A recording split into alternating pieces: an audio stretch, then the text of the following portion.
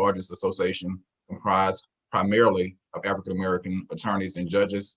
Founded in 1925, we represent the interests of over 66,000 lawyers and judges, and we're happy to be with you this evening. Well, gentlemen, thank you for being here. Thank you for taking your time to just talk to us about your journey. I'm ready to get into some of these questions. I'm excited about the book. Just a little bit of background: I'm a librarian, so I'm a big book person. So, first question: what compelled five successful men leading in their fields across the U.S. to share their journeys and make giving back a priority? Well, one of the things it's an excellent question, Rodney. One of the things that kind of gels all of us together is each in our individual lives. That's a major focus of what we do, giving back. And in the book, readers will see that I'm asked to explain or break down what excellence is versus Black excellence. And Black excellence for each one of us that they'll read is each one of us has a dedication to ensuring that we encourage, develop, and mentor young African Americans, both male and female, in our individual careers. Me, myself, as president of the Boys and Girls Club, I spend a lot of time mentoring young African American males and females, and I've been working with the National Black Law Student Association for much of my career. So a lot of what we do individually and collectively is focused on ensuring that we leave a legacy behind. Awesome. Are you blood brothers? Share how you guys developed this title. So we aren't blood brothers, but we do call ourselves brothers, though. And I think because as Black men, we're all connected, and our goal, as the five brothers, is to leave behind an inspiring message that as brothers we can support each other. It's okay for us to encourage and uplift and even magnify each other. At times there might be times when we cry together as brothers, but that is okay. And I believe that, individually, we've all, had our challenges, our struggles, our hurdles. And I believe that, that we've gone through individually have created this awareness in all of us that collectively we must do something for those who are coming behind us. And so as we channel this energy collectively, we hope to inspire, to encourage, to motivate the generations who are coming behind us. My goal, and I know our goal as brothers, is even if we inspire one, just one, then our goal would have been accomplished. Man, that's powerful. There's a common thread between several of you having fathers that meant well and focused on providing for their family, but their inability to connect was challenging. Can you share what that was like? So, I'll take that question because it's a growing up, it was a challenge with, let's say, my dad connecting with my father. That was a challenge. And I know every young man, every young boy wants to have that sort of relationship to get that encouragement, get that reinforcement from their dad. And when that's not present, I believe it creates a disconnect. And that disconnect, I think, in turn can lead to things like anger, resentment, and at times even ultimately hatred. And it's really unfortunate that, I know some people right now who've had a fractured relationship with their parents. And it begs the question, how can you have such a fractured relationship to the point where you're concerned or maybe concerned that it may be irreparable for the person who brought you into the world? But I'd like to shift the focus, though, from the past, because what has happened in the past, we do not have much impact on that. But what can we do going forward? What can the audience do? What can I do? What can my brothers do to impact a change in that relationship, and so breaking that cycle. I know for me, with my 3 daughters, and those are my precious prize right now. I have an opportunity to do something different. I have an opportunity to speak a different language. And so I encourage constant dialogue. Let us change this, but the change must begin with us, I believe. Awesome. Follow up on that for us, Charles. And in the book, you reference an interesting relationship with your father and highlighted how, as a community, we often treat our girls vastly different than our boys. Can you share a bit about that and how that impacted you, good or bad? Yes. Now being a father, I could almost Monday morning quarterback it, right? My dad I grew up in a militaristic background. My dad was a Navy man, fought in World War II. In fact, that's how he became a U.S. citizen. So, he wanted me up at the crack of dawn, wanted my bed, 4 corner folds, that quarter needs to flip off of that bed. And he didn't believe in me staying in bed past 7 a.m. I had to be up at the crack of dawn, or be reprimanded. And he was a pastry chef by trade, but he didn't want me to learn that trade. So he took all my sisters, to the shop with him to learn, but I never was given that opportunity. And, so for a lot of times as a young man, a young boy, I thought he didn't love me, and I felt that like there was a relationship fracture. When now looking back, Mr. Freeman, I can say that he was really trying not to, he wanted more for me. He wanted better for me, and he saw a brighter future for me.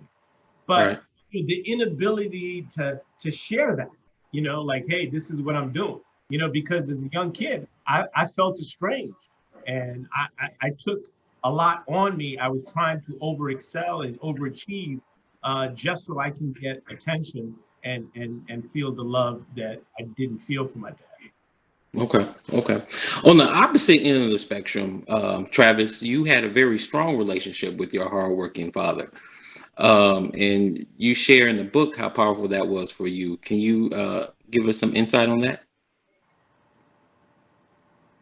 Yeah, looking back now, the source of my confidence came from my father. Just, from day one, my first memory, you're my buddy.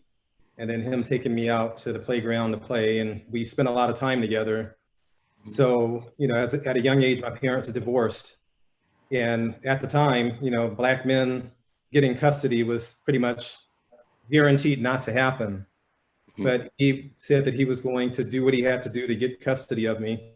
And so we went through a contentious court battle for several years together as a team. Of course, I wasn't a lawyer back then, I was a kid, but just, having him in my life, our strong relationship, our inseparable bond, and just fighting to stay together and then ultimately being able to stay together. I know for sure that had I not been raised by my dad, I probably would not have gone or graduated from college, and I would not be a lawyer. So my perspective is a little different in terms of me having my dad in my life, but I learned from my friends and other people that I've grown up with that did not have fathers, the converse. I can relate and understand, but my relationship with my dad is pretty much the essence of me and my excellence. That's awesome, man. That's awesome. Judge Carlos, we're just blown away by the strides that you're making down in Mississippi for civil rights. And you share moving stories about the Confederate flag.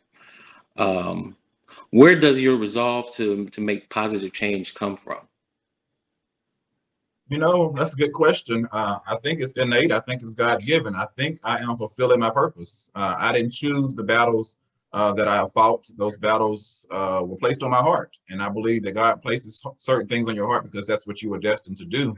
And I became very much concerned that the Mississippi flag bore the Confederate emblem in 2015 when there was a 9 heinous killings of innocent Blacks at Mother Emanuel AME Church in North Charleston, South Carolina.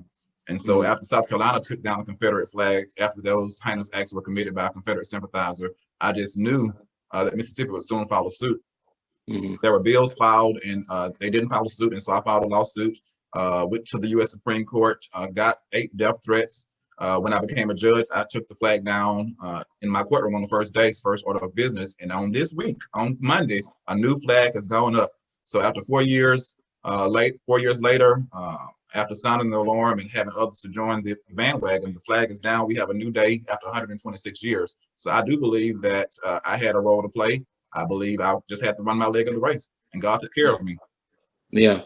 And Judge, as a follow-up, you became well known for integrating alternative sentencing, and the book you share how your personal experience shaped how you seek to rehabilitate and inspire long-term change.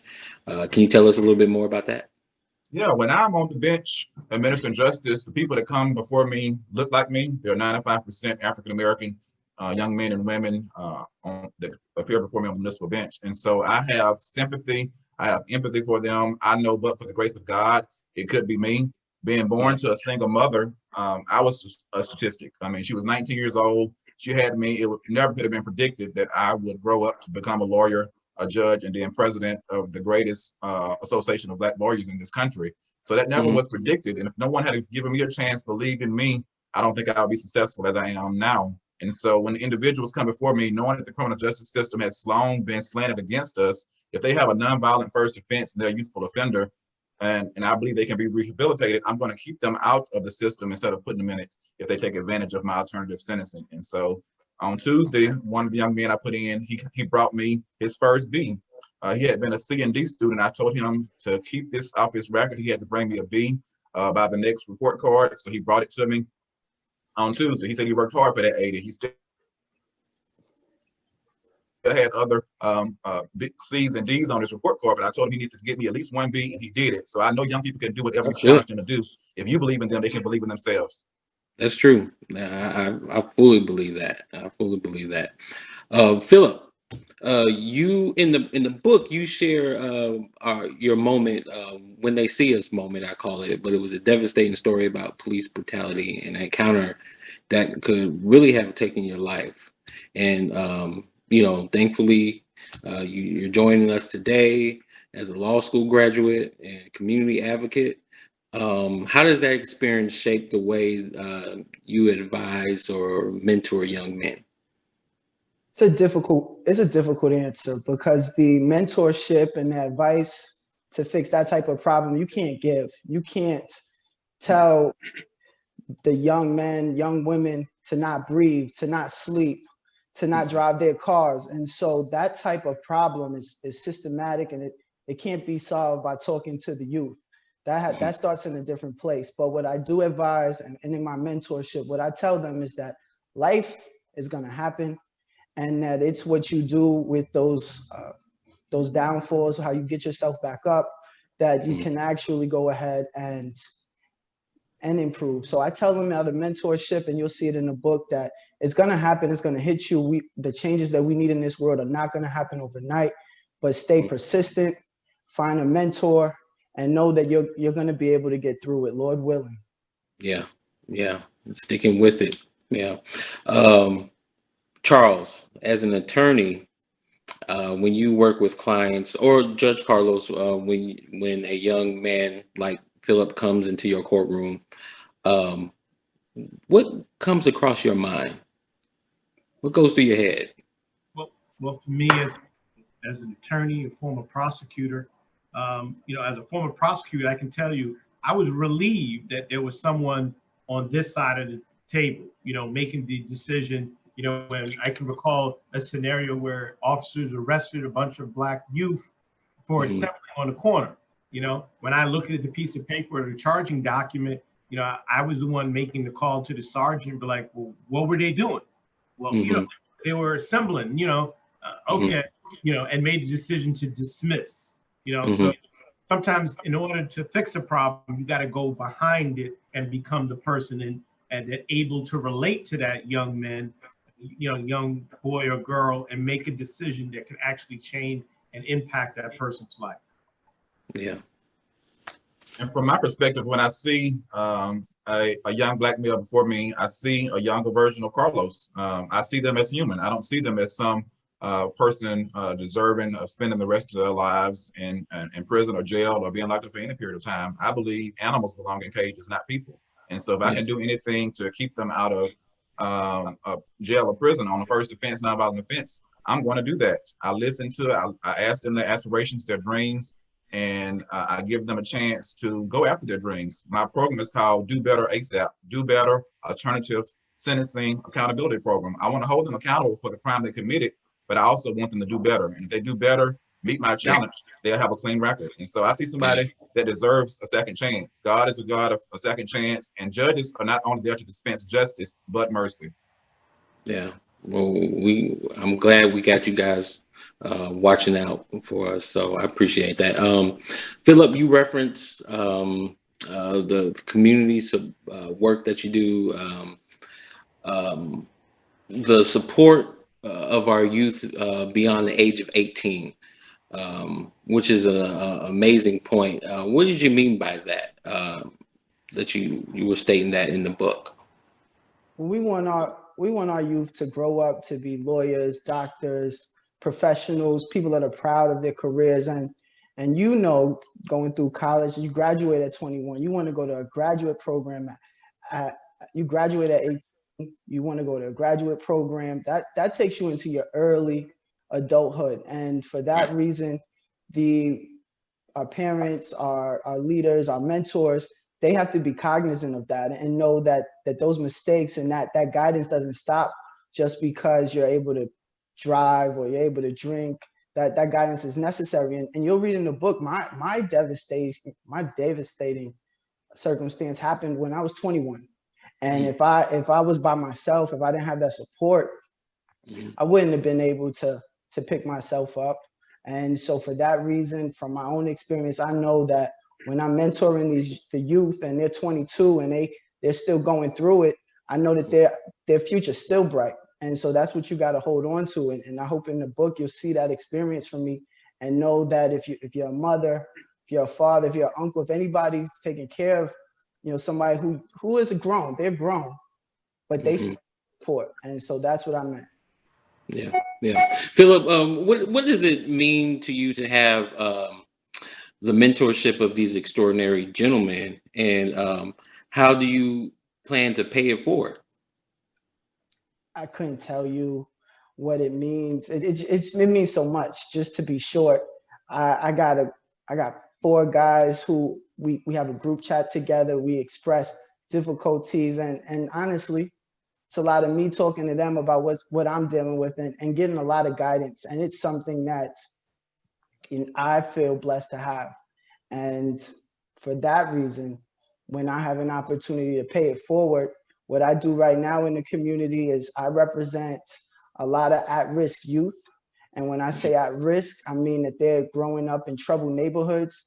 They have nothing right now to look forward to other than what they do on the weekends and things like that. And so I go out, I get in the community, and I show them that with hard work, you can get it done, and you can be better.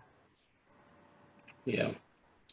So now, gentlemen, let's talk about colorism, right? Neville, you shared with us about this phenomenon that played a significant role in your childhood. Is this still an issue you run across and with patients as a doctor or in any other area of your life? This is a great question. When I was growing up, the isms, that we now hear of, I wasn't privy to a lot of these. As a immigrant, I grew up in Jamaica, West Indies. I left Jamaica when I was 18 years old to come to the States. And I'll talk about what happened when I moved from rural, small town Jamaica, and here I am in this big city, New York, first time ever seeing, so many people walking so fast, so rude in their presentation, but that's I'll talk about that in a little bit. But what I experienced when I was in Jamaica, if that's what I grew up with, I know that there was a difference in people who were lighter versus people who were darker. Mm-hmm. It was so different that there's certain jobs, governmental jobs, jobs in the post office, jobs in the banks, that when I was like, 6 to like 14, 15, the faces of the people in the jobs in those institutions, they were all light skinned. So Carlos and Travis, you guys would be sitting in those jobs. And people like Charles, well, you too, Phil, and people like like myself, and Charles, we would not have those jobs. Not just that, but in school, in grade school, in primary school, there's a different treatment. People who were darker were treated differently than people who were lighter. And so I got to see that firsthand. As a matter of fact, it was so present that the impact is still with me today, the impact that it left with me, because I felt inferior. They made me feel inferior.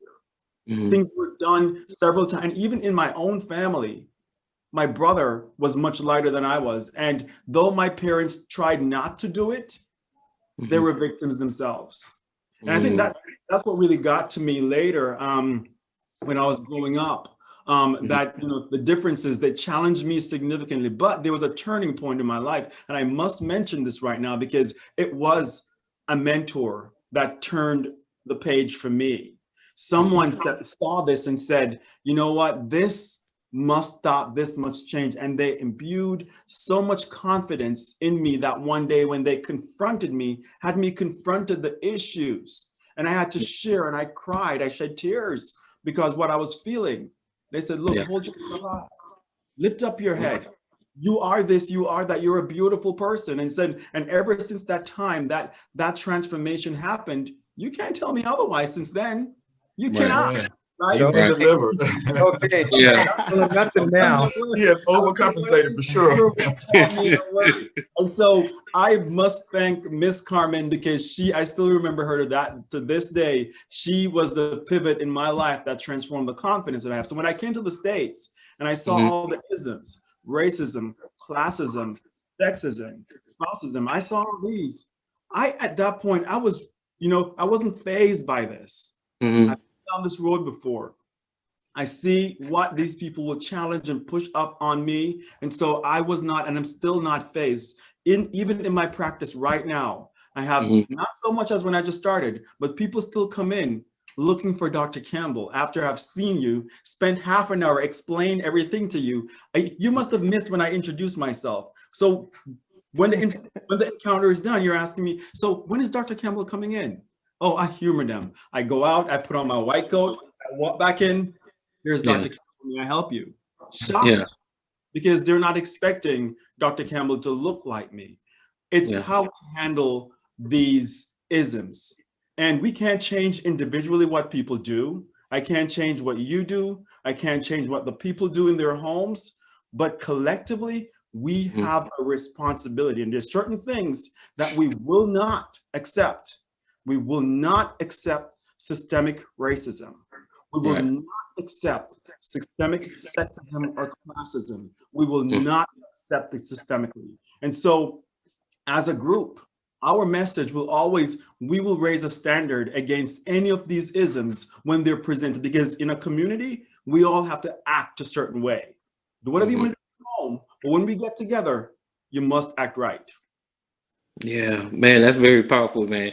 And it really sounds like you really talk about that mental strength. Where did that come from, if you don't mind me asking? So, you know what? A huge part of it is faith, man. Faith. My faith, as I said earlier, I'm a God-fearing man, and I can't tell you, how many times my reach, my grasp, my grip on faith has taken me through some very dark times. Having that foundation, knowing that there is a higher power that's going to guide you through, that you can reach when friends, when they fail you. I reach my arm of faith and grasp on to that foundation that my parents left with me, that I grew up with, and it still takes me and carries me through this day. My faith in God. Yeah. Man. So several of you are now owners of and partners of Cochrane firms. What do you think the late Johnny Cochran would think about this brotherhood? I think he would be proud. I think that he would definitely like the fact that brothers from across the country who emulate excellence like he did, love what they do for a living, love serving people first before anything else, are doing it at the level that he envisioned it should be done by us. Mm-hmm. Mm-hmm. Definitely, I believe that. And growing up, I always wanted to be like Johnny Cochran. He personified Black excellence. I mean, he was a trial lawyer of the century, and he put us on a different level. I mean, we were considered, Black lawyers were considered inferior to the others, but he changed the game. And so during my year as president of the National Bar Association, we're going to have the Johnny Cochran Black Excellence Award. And we're going to award that to several distinguished individuals throughout my year because he personified Black excellence for lawyers. And then I'm happy to have been wise enough to join the same fraternity and continue that legacy as well. Kappa Alpha Psi, yo to the newts.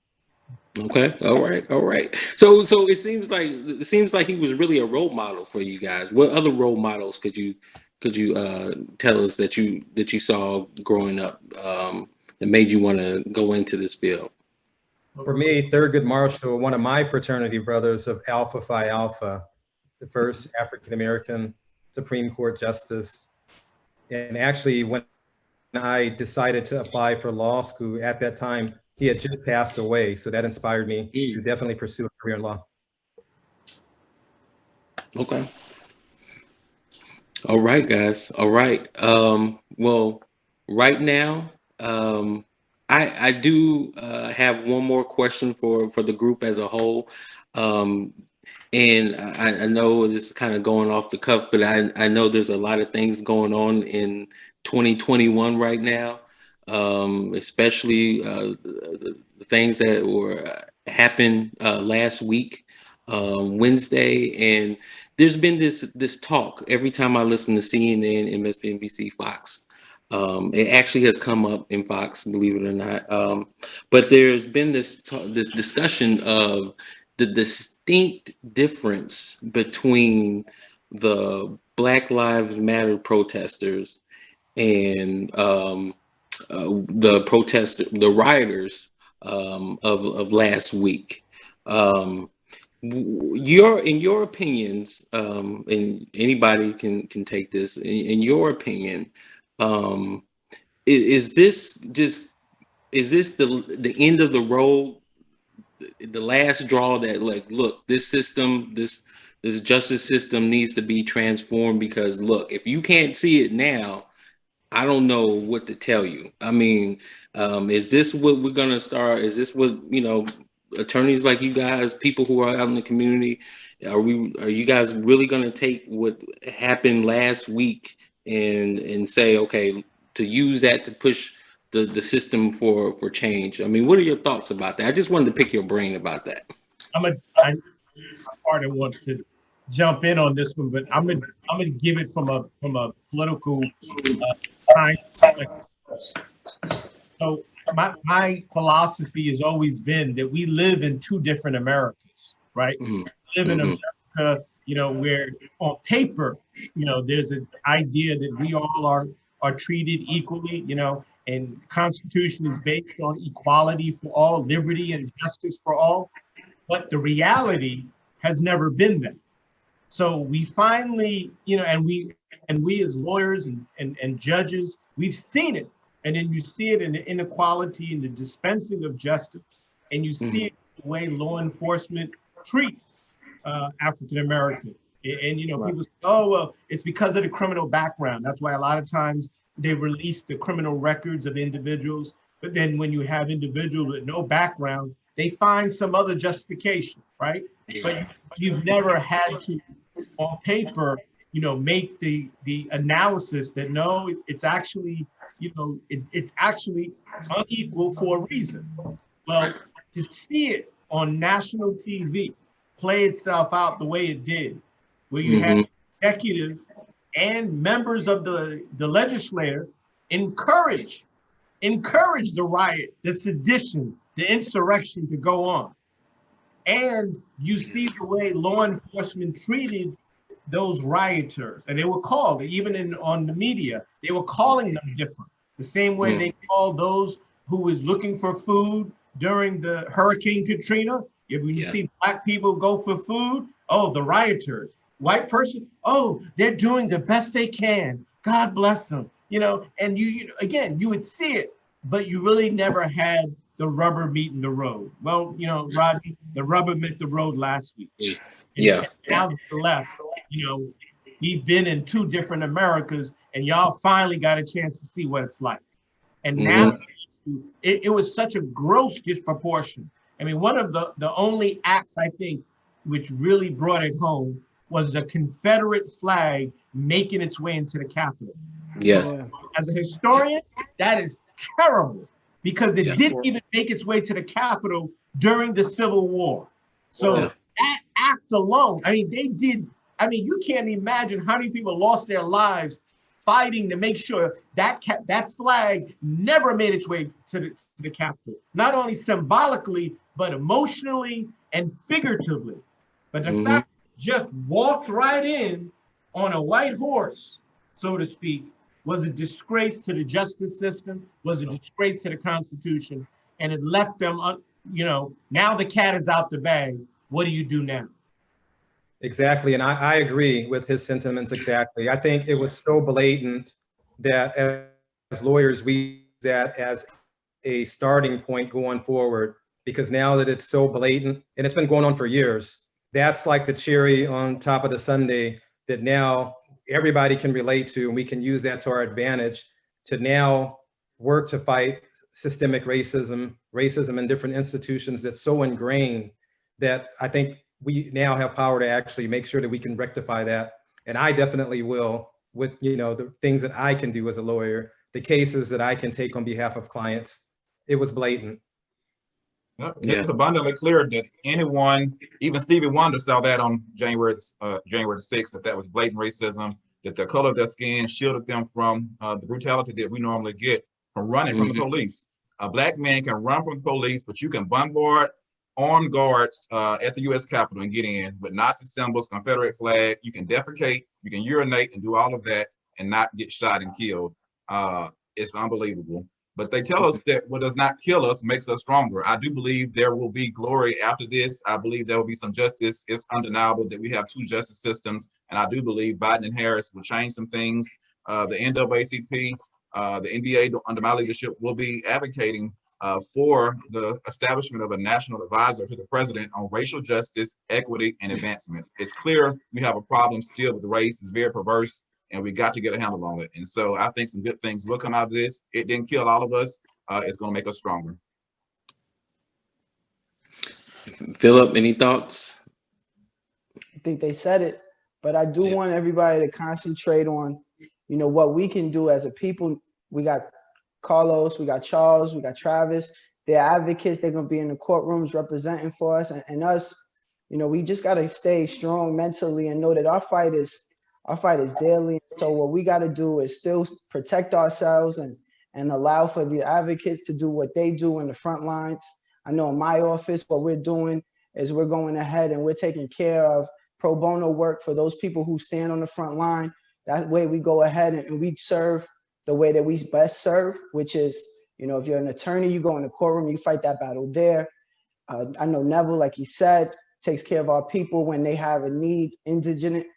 And so for that reason, everybody needs to stay in their lane and make sure that we represent and take care of ourselves in the safest manner possible, because America is just witnessing that outrage.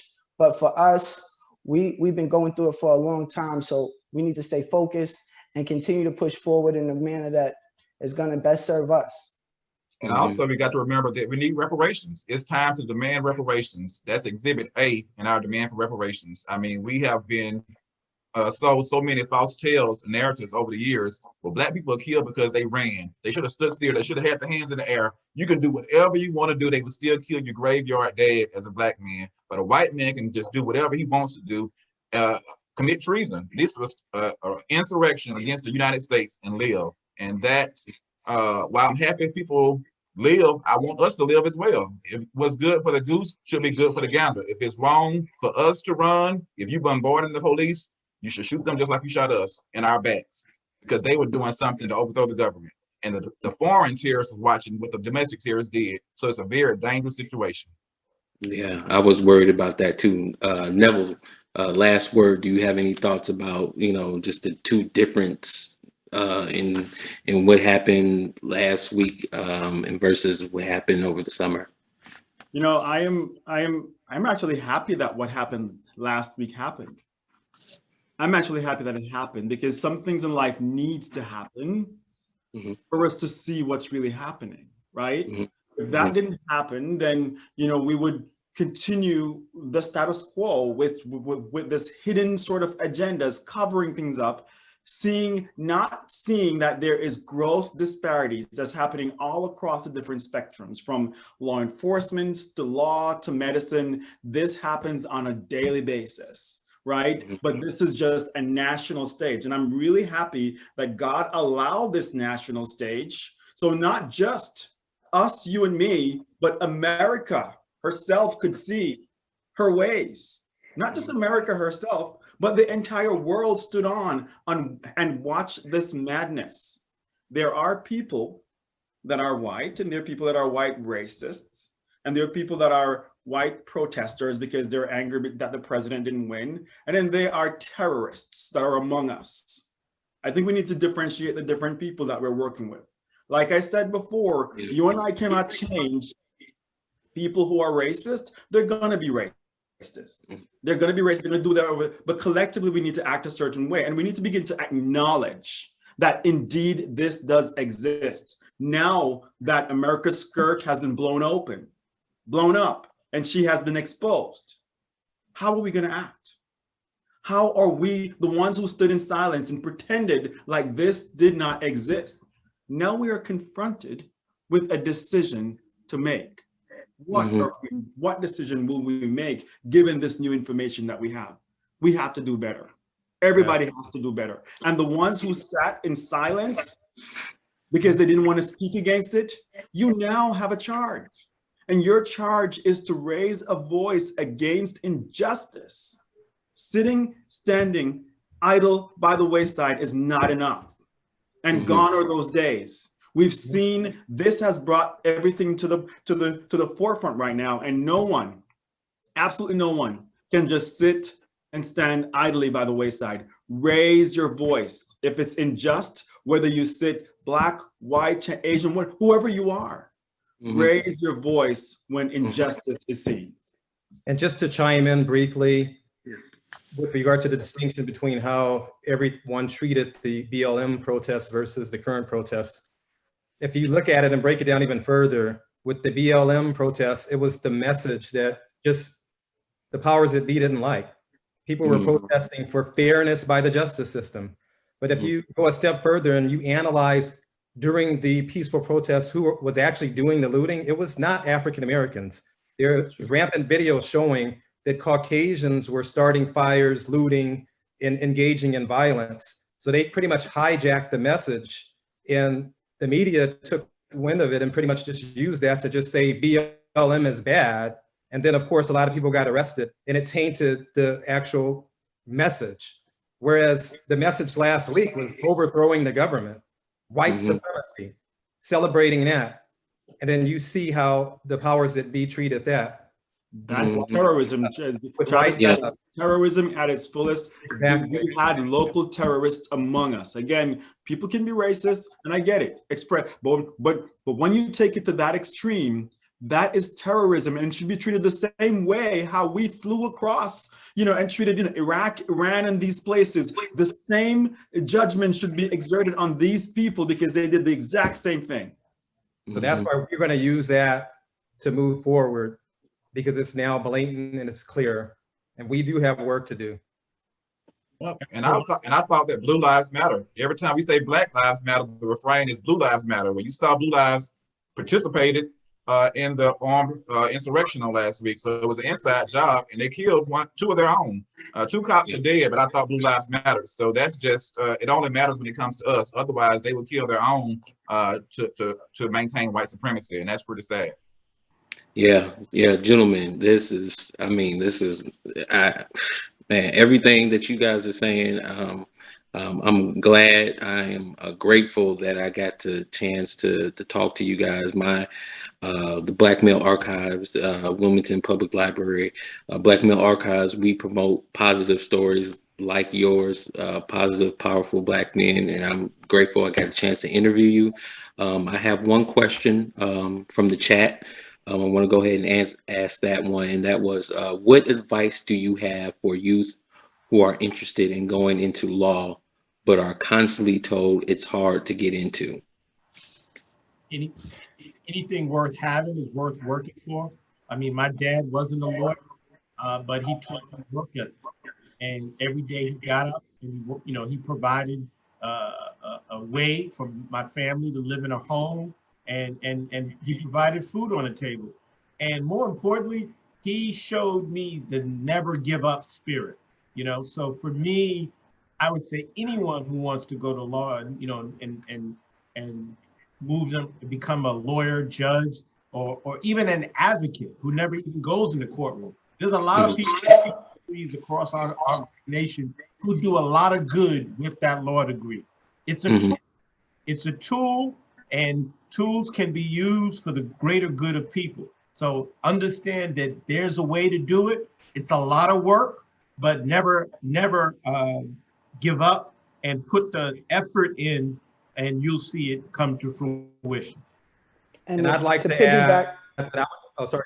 Go ahead. To piggyback off of Charles, if somebody's telling you that you can't or that is difficult, then you got to figure out who you're listening to. You got to surround yourself with like-minded people. When you have that person in your corner telling you can do it, and you look to the left and the right, and that person is also telling you can do it, you're going to get it done. It's when you start to accept that their failure is an option, or that you're failing is possible. That's when it breeds and it'll take over. And so what you really want to do is make sure that you surround yourself with the people who have your best interests at heart. And so that might not be the person that you want to listen to. Find a mentor, figure out who else has done it before you. And there are so many people, fortunately now, that can say that. And then take those people's advice, follow their path.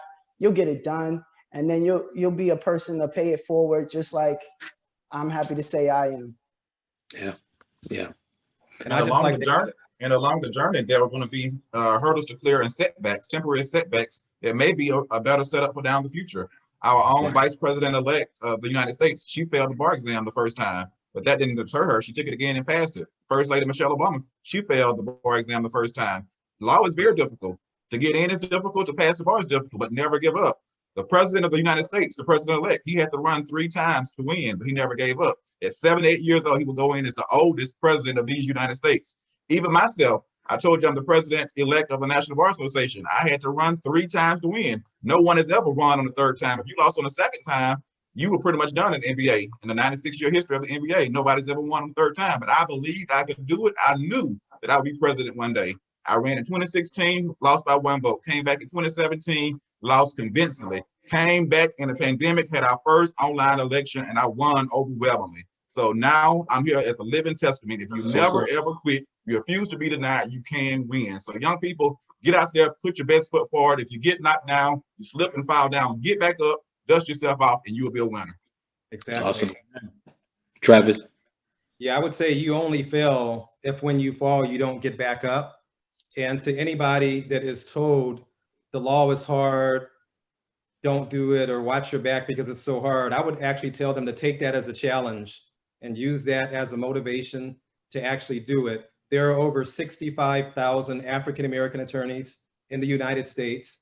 So there's ample opportunity for them to reach out to the National Bar Association and other local African-American attorneys who I'm sure will be glad to give them tips and trips on how to actually get into the profession.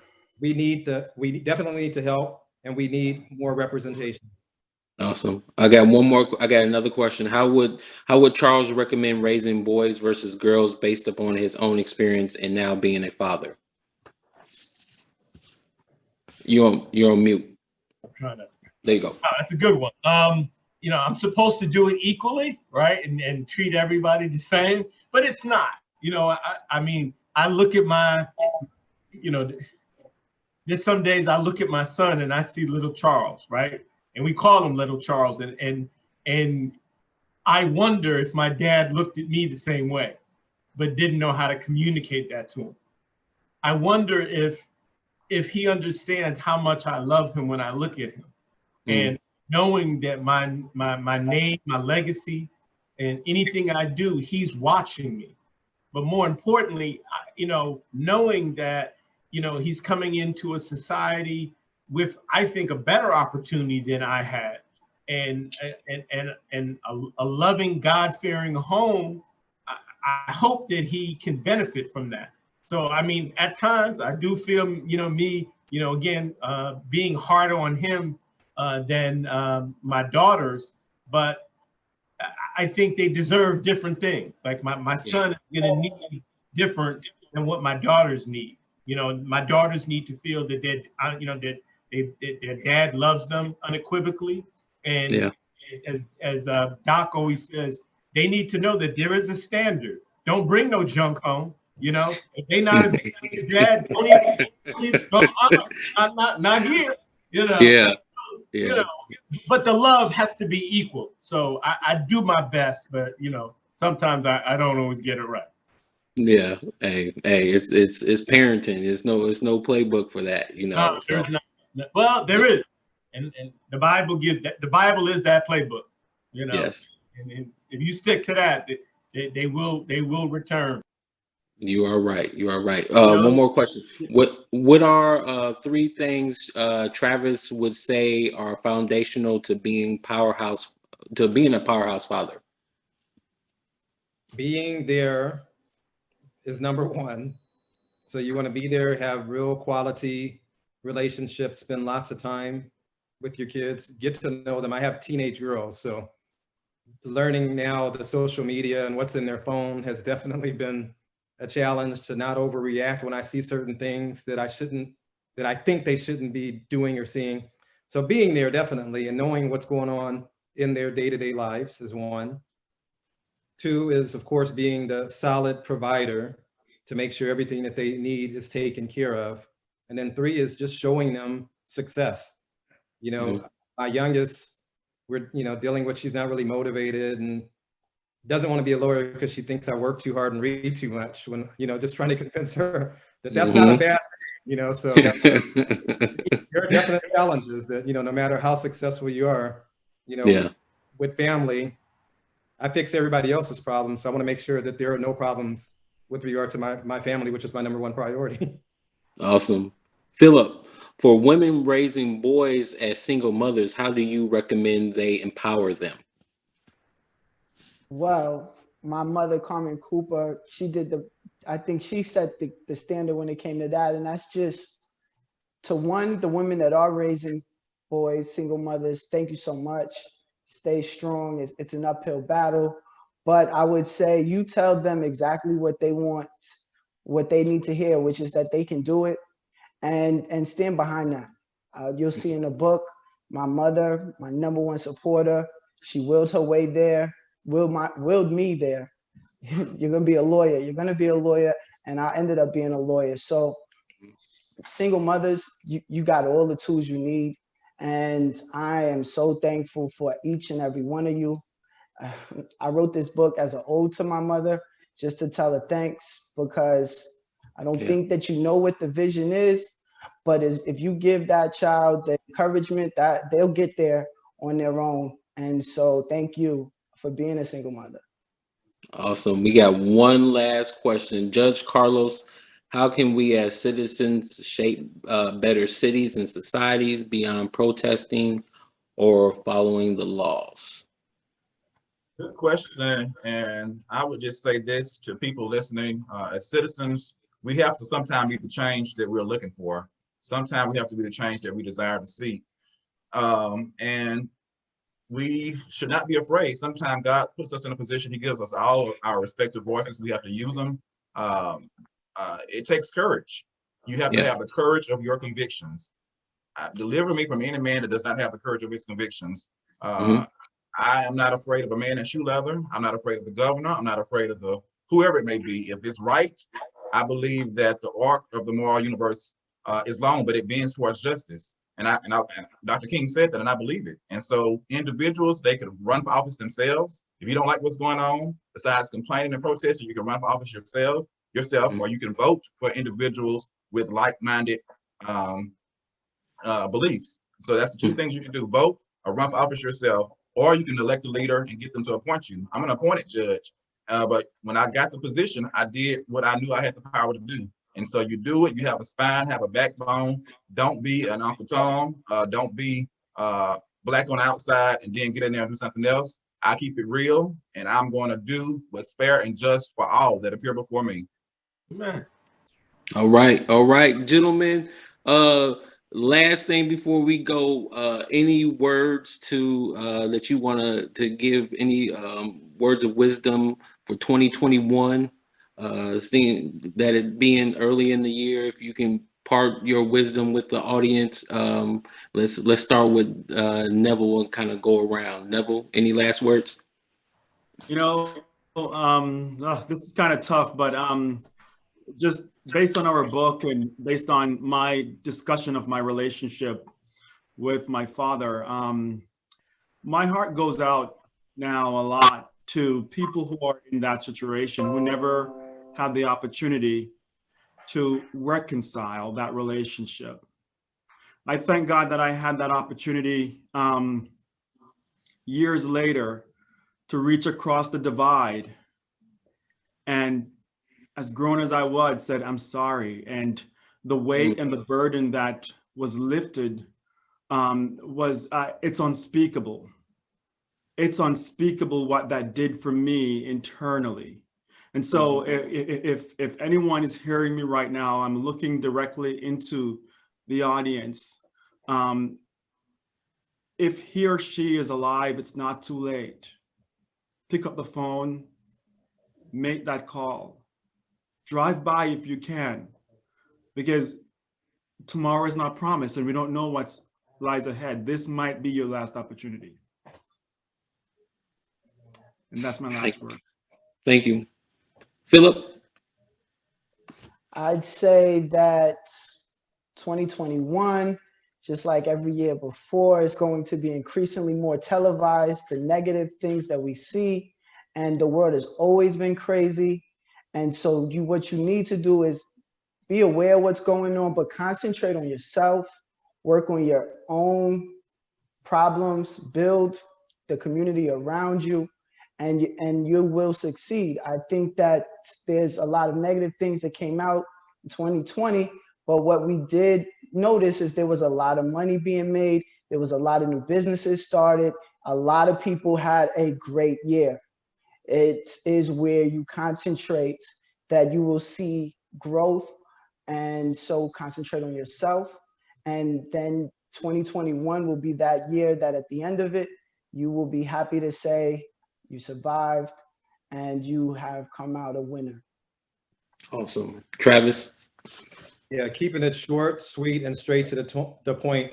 My words of encouragement to all for 2021 is to look at 2021 as a blank slate of greatness. After 2020 and all that went down in 2020, if nothing whatsoever happens in 21, it will be better than 20. But just make your 21 great, period. Thank you, sir. Charles? That in every situation, you have an opportunity to do something great. Like, you hear so much about with the pandemic and what it done to a lot of people, and it hurt a lot of people, and it held a lot of people back. I believe it hurt a lot of people mentally. If you think you can't. But regardless of the situation, in the pandemic, we penned our first book. We were all experiencing difficulties, some more than others, during that time period, and we were challenged. What do we do? but we got together and said, no, we're going to make this happen. We're going to bring this to fruition. You know, there were times we almost was 4 brothers, you know, but we stuck together. We were going to stay unified. And to be honest with you, we didn't even realize what we were doing in regards to what the inspirational message was. And I think that the real message is, you know, that in every situation, no matter how catastrophic it is and how bad it looks, there's an opportunity to do something great. Appreciate that, man. And the last but not least, Judge Carlos. I will leave everyone with this. Stay ready so that you don't have to get ready in 2021. After what we witnessed last week, I tell everyone to get ready spiritually, naturally, physically, emotionally, mentally, and financially. You need to stay strapped because you don't know what's going to happen. You need to get your life right with Christ because it's not promised. The next day is not promised with us to us. And just be ready for what's going to happen. There's going to be mountains and valleys in 21, and we need to stay ready so we don't have to get ready. Gentlemen, thank you again for this. This has been an honor to host this conversation with you guys. And hey, I would love to talk again if the opportunity presented itself. But again, thank you to the Wilmington Public Library. And yes, the book is called The Five Brothers. It's on Amazon. Please go get it. And there it is right there. So please support these 5 brothers. Awesome story. Thank you again. And again, check it out. Look up the Black Male Archives. We promote positive stories about Black men. We're on Facebook and other social media. And good night. Everybody have a good night. Thank you. All right, Thank thanks. you, everybody. Home. Appreciate it. Definitely. I felt like I was at home. All right.